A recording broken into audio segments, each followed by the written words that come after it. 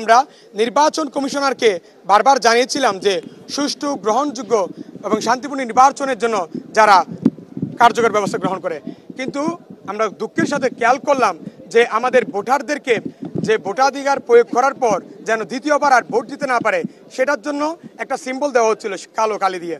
কিন্তু দেখেন আমি একটু আগে কয়েক সেকেন্ড আগে ভোট দিয়ে নামলাম, অথচ আমার হাতে কিন্তু কোনো কালি নেই।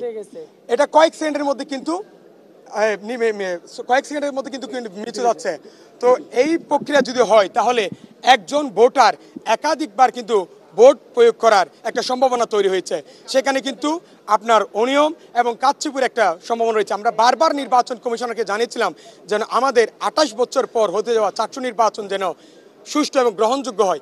ডাকসু এবং জাকসু থেকে যেন শিক্ষা নিয়ে আমাদের চাকসুদের জন্য একটা অনন্য উদাহরণ করা যায়। কিন্তু আমাদের নির্বাচন কমিশনার এটাতে সম্পূর্ণ ব্যর্থ হয়েছে যে একটা সুষ্ঠু গ্রহণযোগ্য শান্তিপূর্ণ নির্বাচন আয়োজনের ক্ষেত্রে। আপনাদেরকে আমি আমার নিজের প্রমাণটা দেখাচ্ছি, দেখেন আমার হাতে কোনো কালি দেখতে পাচ্ছেন কিনা।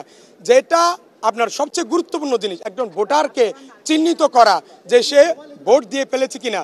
এখন সেটা যদি মুছে যায় তাহলে আমি আবার গিয়ে এখন বারবার ভোট দিতে পারবো। হয়তো আমি প্রার্থী একটা বড় সংগঠন থেকে দাঁড়িয়েছি, কিন্তু একজন সাধারণ ভোটার কিংবা আমাদের যারা নারী ভোটার তাদেরকে কিন্তু চাইলেই আপনার একাধিকবার ভোট দিতে পারবে এবং শনাক্ত করা কিন্তু খুব কঠিন হয়ে যাবে।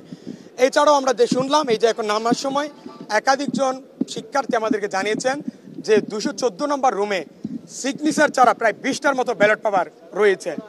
আমি আমার নির্বাচন কমিশনারকে জানাবো যেন সেটা তদন্ত করে কার্যকর ব্যবস্থা নেওয়া হয়।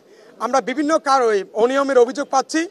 আমি আমার নির্বাচন কমিশনারকে অভিযোগ আছে আমাদের যে দ্রুতগতি আপনারা ব্যবস্থা নিন, একটা সুষ্ঠু গ্রহণযোগ্য শান্তিপূর্ণ নির্বাচন কিন্তু আয়োজন করুন, না হলে আপনারা ইতিহাসের কিন্তু দায়ী হয়ে থাকবেন।